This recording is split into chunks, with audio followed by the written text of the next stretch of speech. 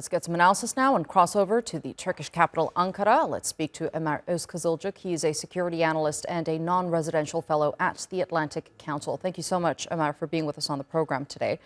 Let's talk about Israel's attacks and incursions. How big of a threat are these Israeli strikes to the stability in Syria as they undergo this very fragile transition process?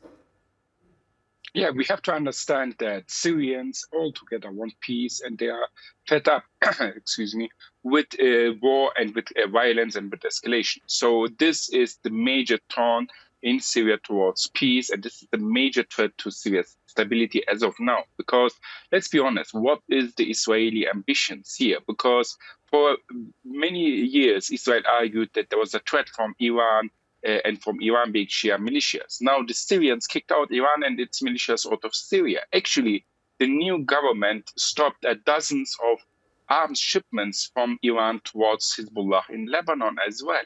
And the new government expressed its readiness to not have any conflict, and they are not interested in any form of escalation with Israel.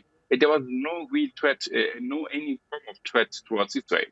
So the Israeli airstrikes are more of an unprovoked and unnecessary escalation on the Israeli side. So the Israelis are doing this as part of the strategy to have South Syria in a demilitarized zone. But what does demilitarized mean? Does it mean that there will be no strategic weaponry deployed to the south of Syria? If so, there are no strategic weaponry at all in Syria. They have been all destroyed by the 600 Israeli airstrikes during the time of the topplement of the Assad regime.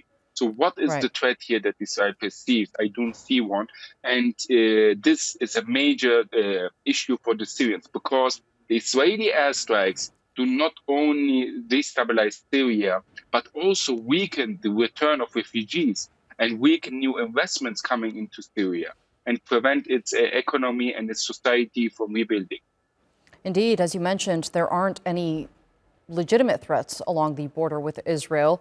Looking at the bigger picture here and the rhetoric that we've heard from Israeli politicians, especially those from the far right, what do you think Israel's aim is here to achieve?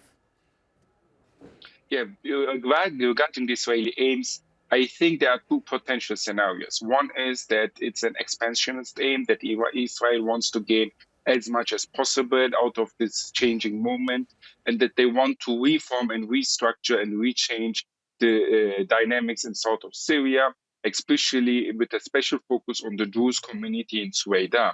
This is one option. The second option is that Israel actually is posturing and increasing its bargaining position for a new security mechanism agreement with Turkey, because we have seen in the Israeli media some claims and reports that the Israeli side has offered Turkey a security mechanism agreement and indicated that they are not willing to stay indefinitely in Syria.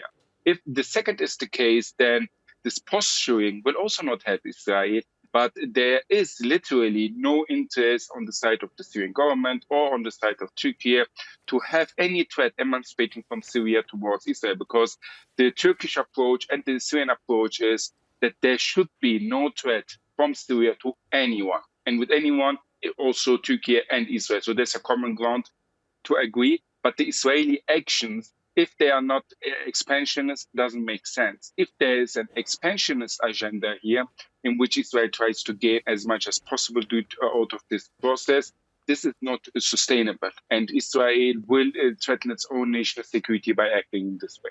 Okay, Omer Ozkizilcik, thank you so much for being with me here on the News Hour and sharing that insight with us. I appreciate it.